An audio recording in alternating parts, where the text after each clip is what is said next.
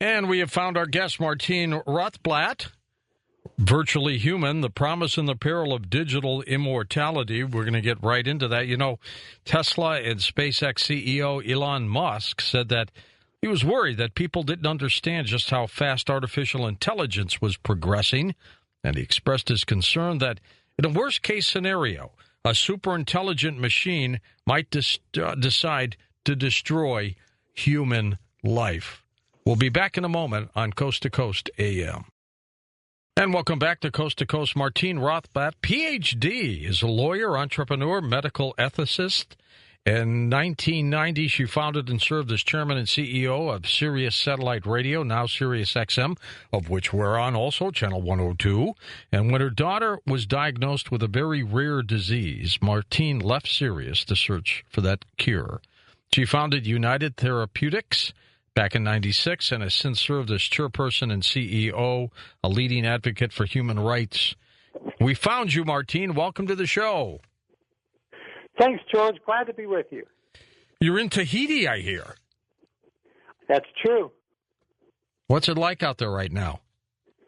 Warm, 72 degrees, moonlight dappling off the lagoon. I love it. Hey, tell me about the Sirius. How did you develop that? This is so cool. Yeah, well, back in the 90s, there was nothing like satellite radio. There was nothing like pay radio. There was just over-the-air radio. And I had previously started a satellite navigation company. I knew that satellite dishes were becoming small enough to fit on top of cars. I designed a satellite that would be powerful enough to punch through 100 channels to a tiny flat satellite dish, half the size of a playing card. And I persuaded the FCC to rip away some frequencies from other uses that were not as so unique. They finally agreed. I beat down the National Association of Broadcasters to withdraw their objections that we would be overwhelming them. I said, no, we're just going to grow the pie larger. And in fact, that's what it's happened. There's never been more AM and FM radio stations. And on top of that, there are 30 million Sirius subscribers. Oh, yeah, it's phenomenal. We're on 575 plus, even closer to 600, depending on whether you include Canada, terrestrial radio stations. But we're on Channel 102 on Sirius XM. And, a lot of people who are in areas where they just can't get us on terrestrial radio, or they're picking us up on that, and they're loving it. Absolutely. Canadians love it. You mentioned Canada. And if you're way in the far north in Canada, what kind of choice are you going to have for radio unless you have Sirius XM? It's amazing what's happening to technology, which leads us into your work, Virtually Human. It's going so fast. I just had that story of Elon Musk, where everything he touches turns to gold. He's really concerned that this virtual knowledge is going to backfire on us. Are you? I'm not, George. I've got a lot of respect for Elon, brilliant guy, but this is the so-called mankind's last invention argument, that we'll invent artificial intelligence and it will wipe out all mankind. I think it's a very typical and interesting Hollywood plot, but in the real world, it's about as unrealistic as thinking that looking for the Higgs boson was going to result in an explosion that would shatter the Earth. It's going to create a wormhole and suck the whole planet in, or something like that. Yeah, it didn't happen. How fast, though, is this moving ahead, Martine?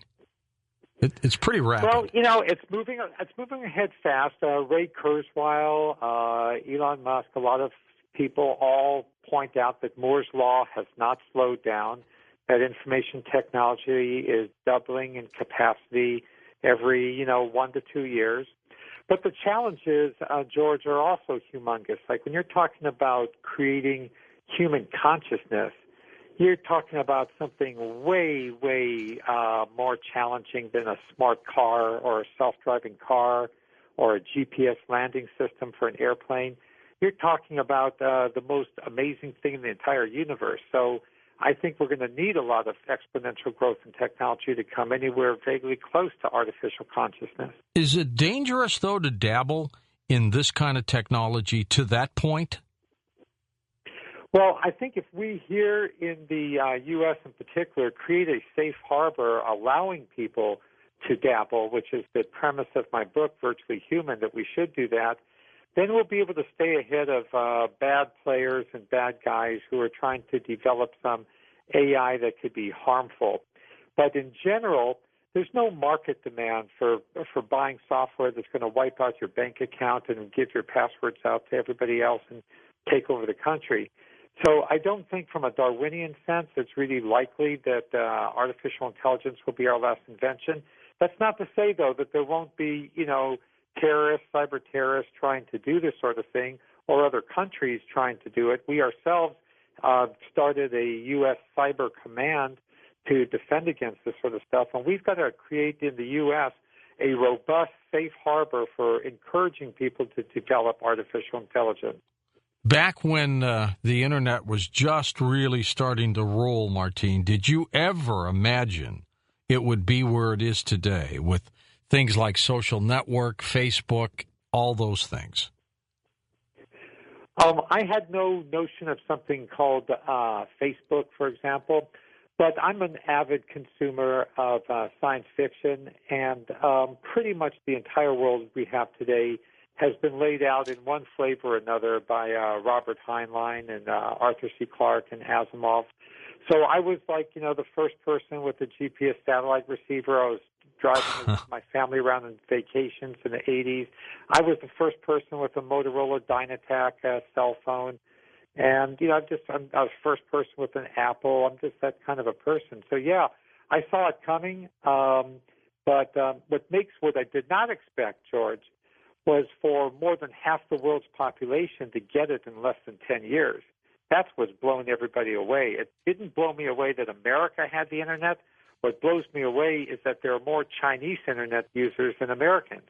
I know, and it just continues to get bigger and bigger and bigger. One of my campaigns here, Martine, in the United States is we need to insulate the power grid against an EMP attack or an X-flare from the sun, because if that happens, if we had, for example, in the 1800s, the Carrington event, and that wiped out the telegraph system with a massive X-flare, if that happens today, we're shut down as a society because everything we do is based on electronics.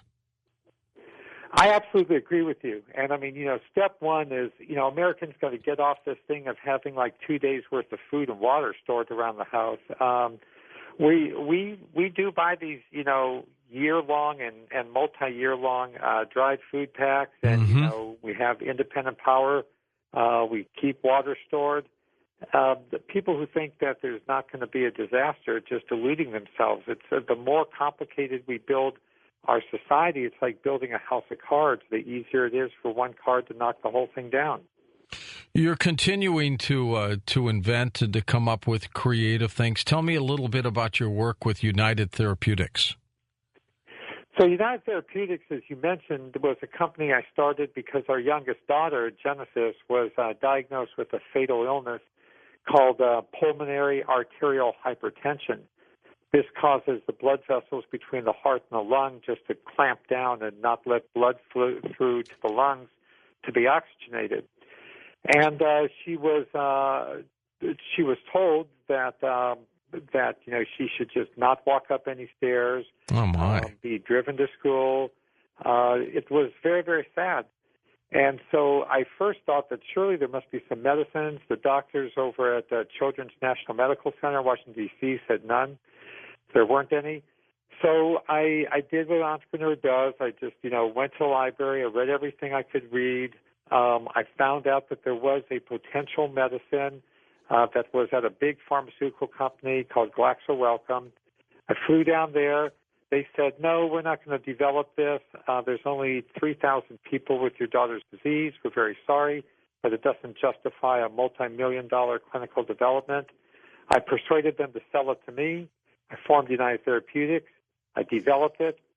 Today, Genesis is 30 years old, and she works at our company. Today, there are not 3,000 people alive with this disease, but 30,000 people alive, because all those people would otherwise be dead. And today, United Therapeutics is over $1 billion in revenue from this product. Good for you. Good for our whole country. And the people you've saved. Yeah. So now the next step, you asked about what's next. What's next is that as I got into this, I learned that the lung transplant situation and the heart transplant situation was never, ever going to meet the needs for organs. Right now, there are 2,000 lung transplants a year, which, by the way, if you have this disease or if you have pulmonary fibrosis or cystic fibrosis, the only absolute cure is a lung transplant. So there are only 2,000 lung transplants a year, but, George, 400,000 people each year die of end-stage lung disease. Now, this is despite the fact that a third of Americans have signed an organ donor card, which is a great thing to do. Mm-hmm. So I mean, even if 100% of Americans signed an organ donor card, you're never going to get from 2,000 lungs to 400,000. So I figured out that I could solve this problem by genetically modifying the pig genome. I use the pig because its organs are the closest match to human organs of any of the animals in the animal kingdom.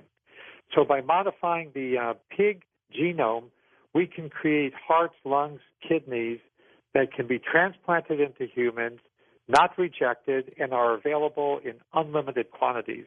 And America, we eat 100 million pigs a year, so there are 400,000 are plenty for organ transplantation. We'd be manufacturing body parts like crazy, wouldn't we? Exactly. And why not? We keep Boeing, we keep B-52 bombers flying with the grandsons of the pilots who were flying them when they first came out, just by swapping out the parts. We got buildings and houses that are hundreds of years old because we keep replacing the parts. I am confident that within the next 10 to 20 years, we'll keep people going a lot longer by replacing their parts. When you were a kid, were you into this, the sciences and things like that? I was. Like mentioned, I devoured Heinlein, his juveniles written in the 50s, and his more adult books. I devoured Clark, Asimov. I could not get enough of science. Science is my religion. The subtitle of your book, Virtually Human, is The Promise and the Peril of Digital Immortality. What's the peril portion, Martine? So the peril portion is that as people begin to live longer, there are some risks that begin to appear in society. One risk is that perhaps there will be fewer opportunities for younger generations because the never-dying older generations will just squat on all of the good opportunities. That's a peril that people bring up. Another peril that arises is that once we begin living to 100, 120, 130 years old, will people then get bored with life and just we will have accomplished all of this technology just to have mass suicides going on? So those are another peril is a demographic peril. What happens when the large proportion of the electorate are people who are over 100 years old? Will society become inherently more risk-averse and conservative? Well, that's a good point. Do you see the day where one day someone, let's say, will have his memory downloaded to a chip, and then they'll clone his body, get a brand new, younger body, and then download that memory into his brain? Yeah, I think that's almost certainty, George, sometime during this century that we're living in right now. The ability to download the brain has been documented as a consequence of Moore's Law by Ray Kurzweil in his book, The Singularity is Near, where he shows the rate of growth in information processing technology and in advanced MRI type of technology for scanning single neurons. But all that stuff comes together to match a human brain around the middle of this century. In the meantime, what I'm doing today with growing body parts, lungs and kidneys and whatnot, Other people are regenerating skin. That's actually an FDA-approved product, regenerated skin. We already now know that we can take stem cells and differentiate them into particular types of cells, muscle cells, neurons, and whatnot. So it doesn't take, a real soothsayer to see that these trends will come along, and you'll have a regenerated body before the end of this century. You'll have the equivalence of a brain in a thumb drive that then can be surgically interfaced with the neurons in the regenerated brain, and you've got an immortal being. Forever. You just keep doing it over and over again. Yep, and I personally think that not everybody is going to like this, but I personally think that more and more people will like it, and that the three perils I mentioned are going to kind of evaporate, that people will find more and more exciting things to do. Even today, we've got some very aged celebrities, people who just passed, like Joan Rivers. Yeah. I don't think there was any less room for young female comedians, because there was an 80-year-old female comedian who both paved the way and didn't stop performing. I think the pie just grows. In terms of the electorate, in my book, Virtually Human, I go through a lot of demographic research that shows that older people are not inherently risk-averse and conservative. And instead what happens is voting patterns kind of cycle through the ages with, shifting left to right, right to left. But just because people are older does not mean that they're inherently more conservative. And in fact, older people and these, what I call in my book, Virtually Human, mind clones, the immortalized forms of ourselves, they have the same interests. What do they both want? They want national security. They don't want to be overrun by nihilists. Secondly, they want the best possible health care. The older you get, or the more regenerated your body is, the more health care you want. And they want more and better bandwidth so everybody can stay entertained. You're kind of unusual in that, you're someone who's very successful at what you do, yet you care about people. How did that happen? Well, I'm not going to claim exceptionality at that. For example, I really think, you mentioned earlier Elon Musk. He cares about people a great deal, and his cars are saving tons and tons of carbon dioxide and all that sort of stuff. So there's a lot of great people around. I feel actually, George, that I'm pretty much the product of Los Angeles City Public Schools, great parents, and a country that welcomed innovation and risk taking. Well, and you've done both. You've taken the risk and you've had the innovation. What's left on your plate? What will you come up with next?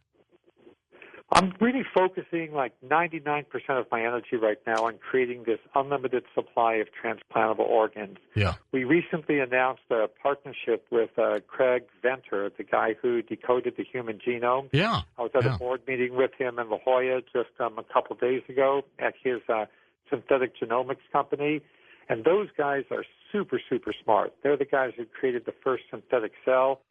So they have identified these really cool things called landing pads on the pig genome, where you can insert the humanized genes and they just take to it like putting paper on some glue. And so between our work, now collaborating with Craig Venter, we've got great transplantation scientists that we're working with. Robin Pearson is head of lung transplantation at the University of Maryland. And we've got other great collaborators, such as this amazing guy, David Hall at Mass Gen. All of these brilliant scientists, many of them in their 30s and 40s at the peak of their careers, are all signed on to the goal of creating an unlimited supply of transplantable organs. I think that's amazing. Martine, stay with us. We're going to take this break, then we're going to come back with some phone calls in our final segment with you on Coast to Coast AM. On our next Coast to Coast program, of course, we're going to have those Friday night into Saturday morning open lines. When we come back in a moment with Dr. Martine Rothblatt, Virtually Human on Coast to Coast AM. And welcome back to Coast. Martine, so with these growing of body parts, I mean, is there any end to what they can do? I think that the answer to that, George, is No. You are going to see people with, the advances made by synthetic genomics, being able to turn DNA into a Lego-like toolkit that we can build what we want. You're going to see people making better hearts. Ray Kurzweil has spoken in his book about nanobots getting into our bloodstreams that can allow people to hold their breath for 15, 20 minutes because oxygen would be stored in these nanobots. It's biology is going to transform the 21st century the way electronics transformed the 20th century. What will this do to Social Security? People will be living forever. Yeah, we will be living forever. One good thing is that a lot of things will get cheaper and cheaper. So, for example, like bandwidth will be virtually free. You talked about old Western Union telegrams. I mean, they cost a fortune. They were only for rich people. Now we have, we send more bandwidth than the entire original telegram network probably every second for virtually nothing. Entertainment, including, 3D entertainment, games, virtual reality, all this will become virtually free. We already have, you get a smartphone that has on it all the world's knowledge. Anybody ask you a question, you could just sit there and tap out an answer. It's right there. So it's all right there. So I think that, Social Security, even if it stayed fixed at its current level, will be able to buy more and more and more stuff. We have more firepower in smartphones than I think the astronauts had when they went to the moon in 1969. We virtually have more. Yeah. Truly amazing what technology is doing, and it's changing. And then what we see, what'll happen in the 21st century is all of that technology will start to blend and interweave with biology. And that's where we can scarcely imagine the consequences. And that's the thesis of my book, Virtually Human, that as we blend biology and information technology together, we will arrive at a point of techno-immortality. Is there anything wrong with this? Is there a downside? There definitely are downside risks. My greatest fear personally is that of bad players, evil people. I quote a lot of research in the book that shows about 1% of the population, through no fault of their own, are just born with a antisocial personality disorder. That's just the way their genome got scrambled. So that's a lot of people. That's 1 out of every 100 people, and a lot of them are very smart people, will know how to crack software and crack genomes as well as anybody. So there are going to be evil uses of this technology, and that's just the people within the U.S. How about, enemies of the U.S., rogue countries, rogue terror groups? So my whole motivation for writing this book, George, is to implore this country to create a safe harbor for this technology, to not impose moratoriums and stuff like that. We've got to make sure that we are the best and the brightest at this digital immortality technology, because just like it takes a thief to catch a thief, it's going to take a techno-immortal to catch a techno-immortal. What is the difference between mind files and mindware? So mind files are all of the digital footprints of your life that are automatically collected right now by the so-called big data. Every time you sign on to any website, right away cookies are tracking where you go. Yeah. If you use a smartphone, your smartphone ID is being monitored. Your location is being monitored. Every time you just mindlessly check yes, in terms of can we access this, all that stuff's collected. And there's a vast digital autobiography of each one of us being compiled every single day that we're connected to the grid. That's your mind file. Mindware is the software operating system that companies like Google, Facebook, and many others, including ones in China, in Europe, and elsewhere, are working at to find the consciousness that is embedded in that mind file and have it operate the mind file just like you would operate your own mind. So mindware is a consciousness operating system that uses your mind file as its data. The result of mindware operating on a mind file is what I call in my book a mind clone, a digital doppelganger of yourself. Is there any end to what we can do? Ultimately, I think the answer is no, because we've got such a bloody, humongous universe at our footsteps. And there's certainly an end to what we could do right on the planet Earth. But, a lot of people, and Elon Musk is, I think, a great example of this, are already saying, hey, there's like a non-zero probability that we could wipe out all life on Earth. I mean, you take something like Ebola, as horrible as it is, every time it's transmitted person to person, that virus is mutating. And if you combine something like Ebola with the, widespread infectivity of influenza, you begin to look at things that can, really alter, if not vanquish, life as we know it. It's happened before. Virtually all life on Earth has been wiped out multiple times. So there will be a huge thrust to use this techno-immortality technology to move us off the planet into space, the moon, Mars, and further afield. Once we get further afield, there's no limit to where we can go. No, there's not. And I think that's first step when we go to Mars with people who know it's going to be a one-way trip will be pretty darn dramatic, won't it? It'll be tremendously dramatic. But the key thing, George, and the point I try to document in Virtually Human is that we have got to create a safe harbor for this technology to protect ourselves against the bad players with this technology.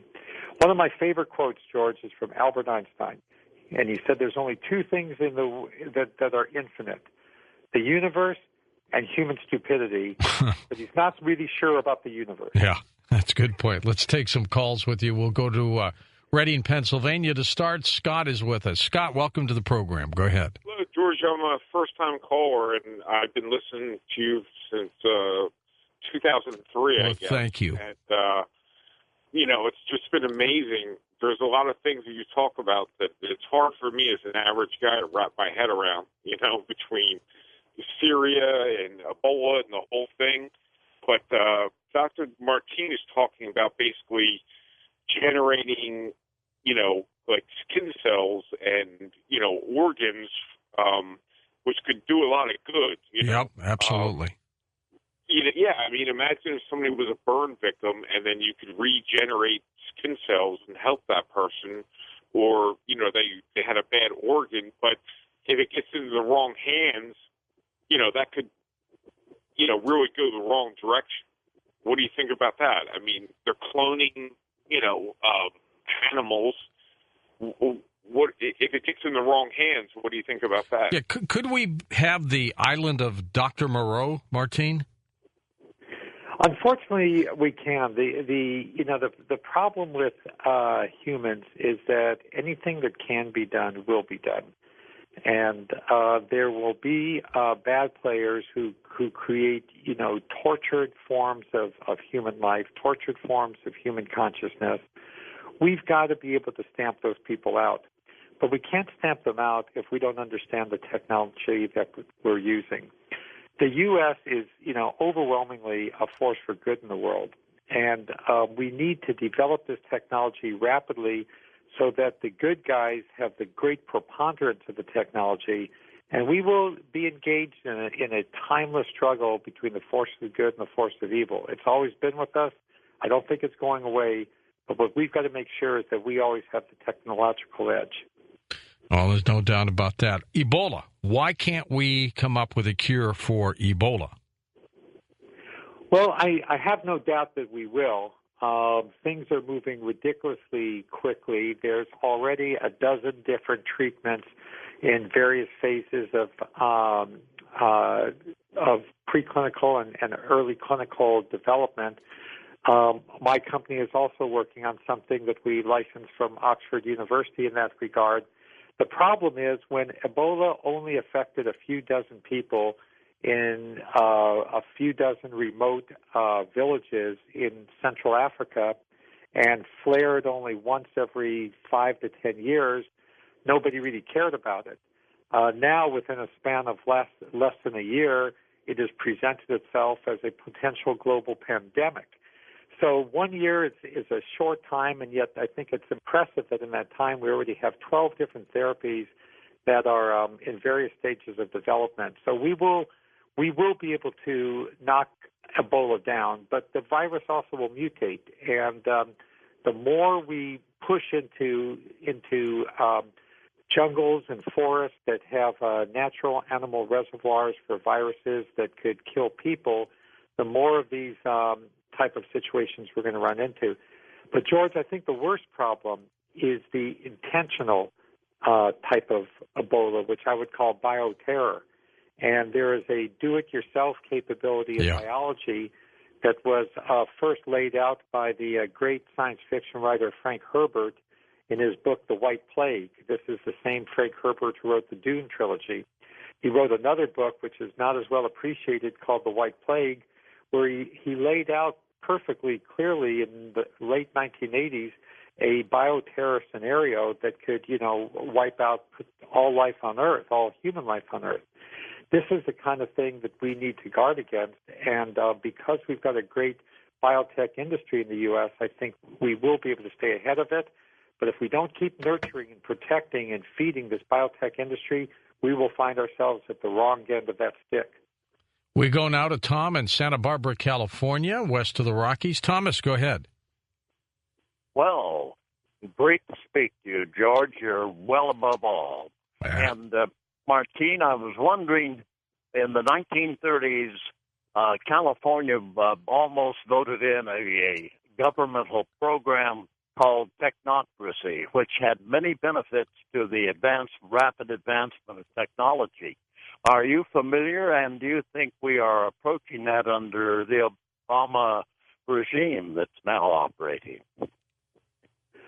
Thanks for the question. I was not familiar with that technocracy. It sounds interesting. And let's go back to you, Tom. Do you want to explain it a little bit more for us? Yes. Well, technocracy, California, 1/3 of the population voted for it, and 2 provinces in Canada voted for the program or the political party known as technocracy. What it is that under our statutes and the Constitution, we join with Mexico, Canada, and Central America, and the rest of the world that forms regional areas like that. And we advance to utilize automation to do the work, more or less. The dollar would be provided by energy. Everyone would be allocated so much energy, and technology would be determined by a group, not just a single president, but a commission, much like China has now, to develop technology to make life on Earth simplistic, yet completely ruled by technology and intelligence. All right, very good. Well said, too, by the way. What's amazing about all of this, Martine, is that it just keeps rolling along, getting better, more efficient. I wonder what we'd be like 500 years from now. What do you think? I think 500 years from now, we are going to have most of the humans living off of the planet, and most of the humans living as digital consciousness, with our digital consciousness backed up in multiple places. So it will be very, very difficult to kill a person. You can kill any one instantiation of that person, and they will have themselves backed up on another server, able to be downloaded into another regenerated body. Ready to go. Death will be looked at as like seriously old school. I was like, whoa, people used to die? How stupid. Do you remember the great baseball player Ted Williams? Of course. He's at Alcor. That's right. His head is there. And one day, I think they want to download his memory from his brain, his frozen brain, and then clone him. And there's Ted again. Ted's coming back. He is. I wonder if he'll play for the Boston Red Sox again. Let's go to Alex in Boise, Idaho. Alex, take it away. You're up with us. Hi, yeah, my call was about the regenerative properties of the liver. I've heard the liver could regenerate pretty much the entirety of itself. It was mostly damaged. If there's at least a quarter of it left, it could regenerate itself. But if that could be used in continuing and furthering life. Yeah, it's a great question, and you're totally right.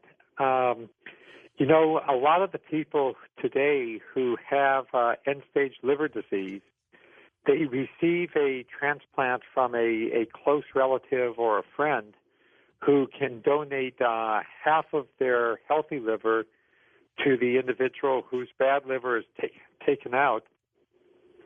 And remarkably, within as little as 1 to 2 months, both the person with the disease and the person who donated half their liver to them regrow their liver to normal size. And it's truly a remarkable property of the liver. Now, we are living in one of the most amazing times ever. Let me share with you that before 2001, there was what's called a dogma of biology. It said that stem cells would differentiate themselves into particular types of cells, such as skin or muscle or nerve cells, but you could never go back the other way. This was the dogma of biology. It was like a law. You could never go from a skin cell back to a stem cell. Now, around the turn of the century, that gets proven to be untrue, and we now have abilities to, first it was shown that you could genetically reprogram a skin cell to become a stem cell. Now it's shown you could do it just with a few pharmaceutical-like chemicals in a little test tube. You can convert a differentiated cell back to a stem cell. This means that the entire human body has regenerative medicine capability. And regenerative medicine will be to the 21st century what vaccines were to the 20th century. Will there be any end to making new body parts, whether it's a heart, a new kidney? Will they be able to do all that? Yes, we will positively be able to do all of that, and people are working on all of that right now. That is amazing. Martin, thank you. Enjoy Tahiti and be safe when you come back to the States. My pleasure. Real honor to be on your show, George. Martin Rothblatt, the website, of course, linked up at coasttocoastam.com. Make sure you're part of our Friday night program. Little scary things and then some open lines on Coast to Coast AM. For Dan Galante, Tom Danheiser, Lisa Lyon, Lex Lonehood, Sean Ladesseur, Stephanie Smith, Chris Burrows, George Knapp, and Art Bell, I'm George Norrie, somewhere out there on Coast to Coast AM. We'll see you on our next edition. Until then, be safe, everyone.